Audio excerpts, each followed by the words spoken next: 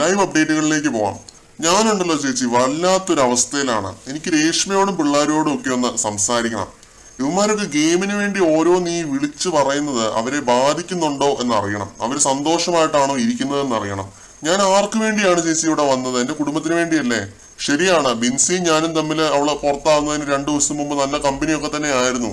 അവള് പുറത്തായപ്പോ ഞാൻ കരഞ്ഞു. അതിവിടെ വേറെ രീതിയിൽ ആളുകൾ എല്ലാരും കൂടി മാനിപ്പുലേറ്റ് ചെയ്യുന്നുണ്ട്. നാളെ ചേച്ചി പുറത്തായാലും ഞാൻ കരഞ്ഞെന്ന് വരും. ഷാനവാസ് പോയാൽ ഞാൻ കരയത്തില്ല. കാരണം അവനാണ് എന്നെ ഏറ്റവും അധികം ഇവിടെ ദ്രോഹിക്കുന്നത്. അപ്പാനിഷർത്ത് ഇപ്പോ ലൈവിലിരുന്ന് നമ്മുടെ രേണുസുതിയോട് പറഞ്ഞുകൊണ്ടിരുന്ന ഒരു കാര്യമാണ്, ബിൻസിയെ പറ്റി ഞാൻ ഇനി പറയുന്നില്ല എന്ന് അപ്പാനിയും.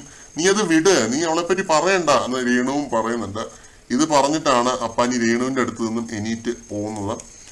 ഇത് ബേസിക്കലി അപ്പാനിഷർത്തിന് മനസ്സിലായി ഈ ബിൻസിയുമായിട്ടുള്ള ഈ ഒരു സംഭവം പുറത്തൊരു വിവാദമാവുന്നുണ്ടെന്നുള്ള കാര്യം പുള്ളിക്ക് എന്തോ ക്ലൂ കിട്ടിയിട്ടുണ്ടെന്ന് തോന്നുന്നു.